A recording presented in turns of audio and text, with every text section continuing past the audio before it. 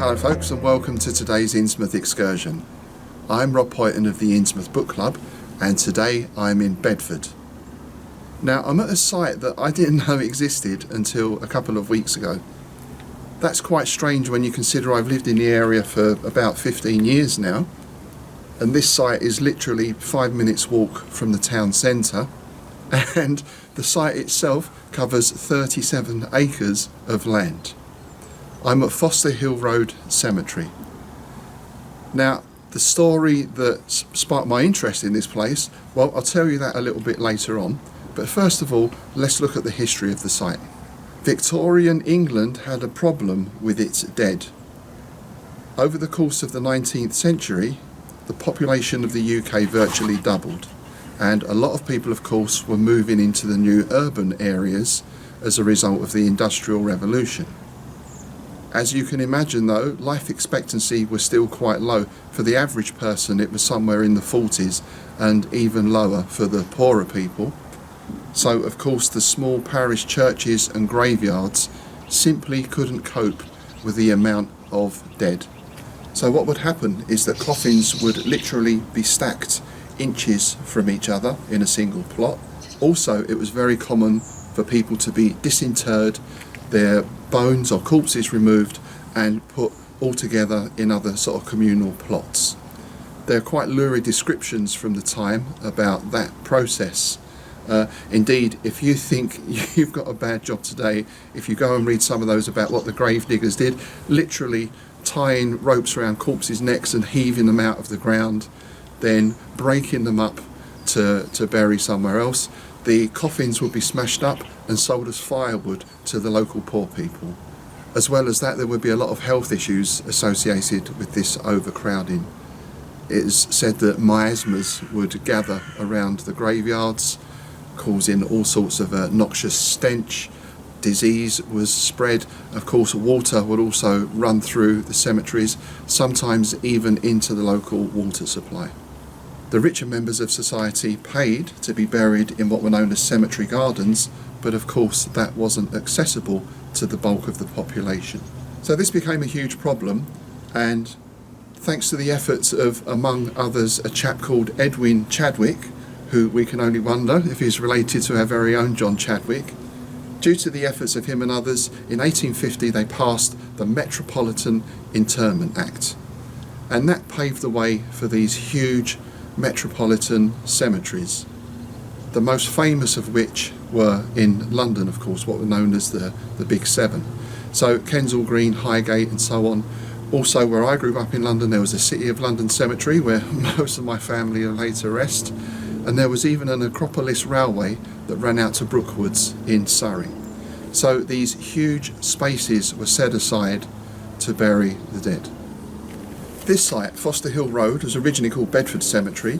This was opened on the 5th of June 1855, and it was 18 acres to start and later expanded to 37.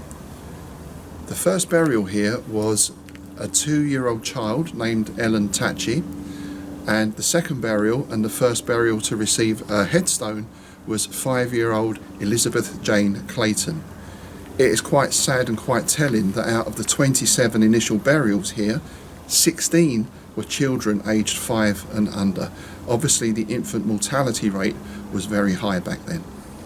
There's a strong military connection here. There are a number of graves of those who served in the First World War, the Second World War, going back to the Boer War, even Waterloo, I believe. And of course, as you'd imagine, there's a huge amount of family history as well. The chapel behind me was originally 2 separate chapels. One was for Church of England and the other one was for dissenters. That was converted into a crematorium in the mid-1950s. And that's one reason, by the way, for the huge amount of burials, because of course in Christian thought the body is buried and awaits resurrection. And it's only in more recent times that cremation has been allowed by the church. I think the Catholic Church allowed cremation sometime in the mid-60s. A new cemetery was built just down the road on the North Road site in 1987. That's now called Bedford Cemetery, so this one was renamed Foster Hill Road Cemetery. And in 1995 they also built a new crematorium there, and this one was closed down. So these days there's very few burials take place here. There's just a few family plots that still have spaces. Most of them take place at the new Bedford Road Cemetery. What that leaves us with today is a 37-acre site that has thousands upon thousands of memorials of pretty much every conceivable shape and design from the Victorian era onwards. The place has also become something of a wildlife haven because of course it's protected, so people come here for walks, also come here to see the wildlife, also of course perhaps to research family history. The cemetery is maintained by the Friends of Foster Hill Road Association. They organise walks, talks and various events in the cemetery here. They do a lot of good work, and we'll put a link to their site in the notes below. Now, as you can imagine, there's a huge amount of history here. We couldn't hope to cover even a fraction of it in the time we've got. So I'm just going to focus on two stories.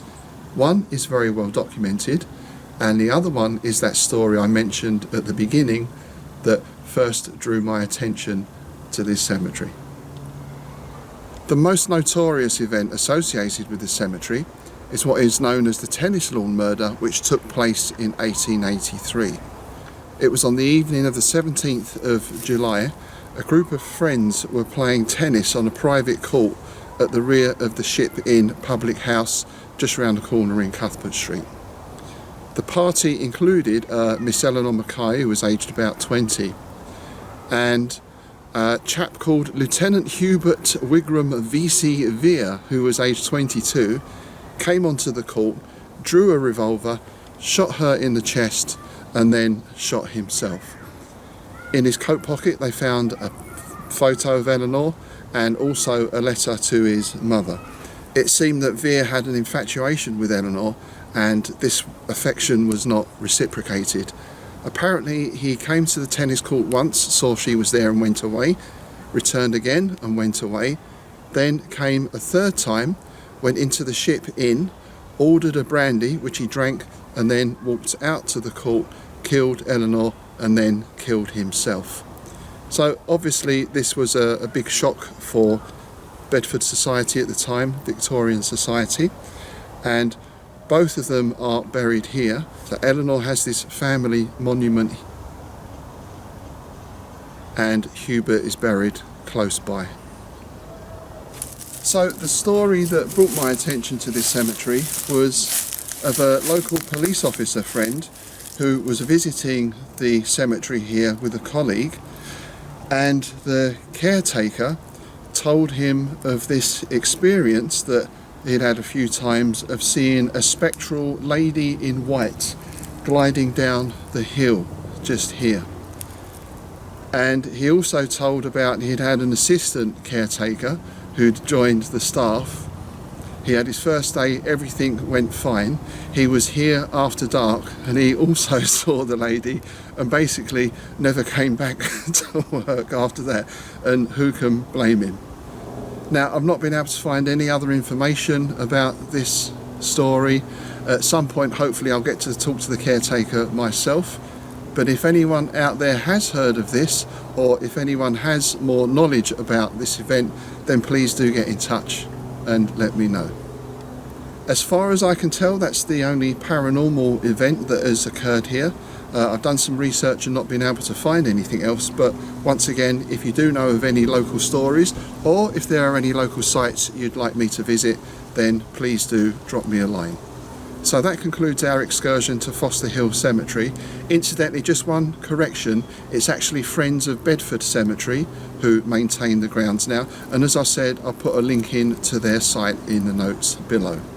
So I hope you've enjoyed today's excursion. Please do remember to check out the Innsmouth Book Club podcast, where once a fortnight we visit Innsmouth to talk about our favourite weird stories, films, music, and have interviews with various Lovecraftian creatives. Thanks for watching. I'll see you next time.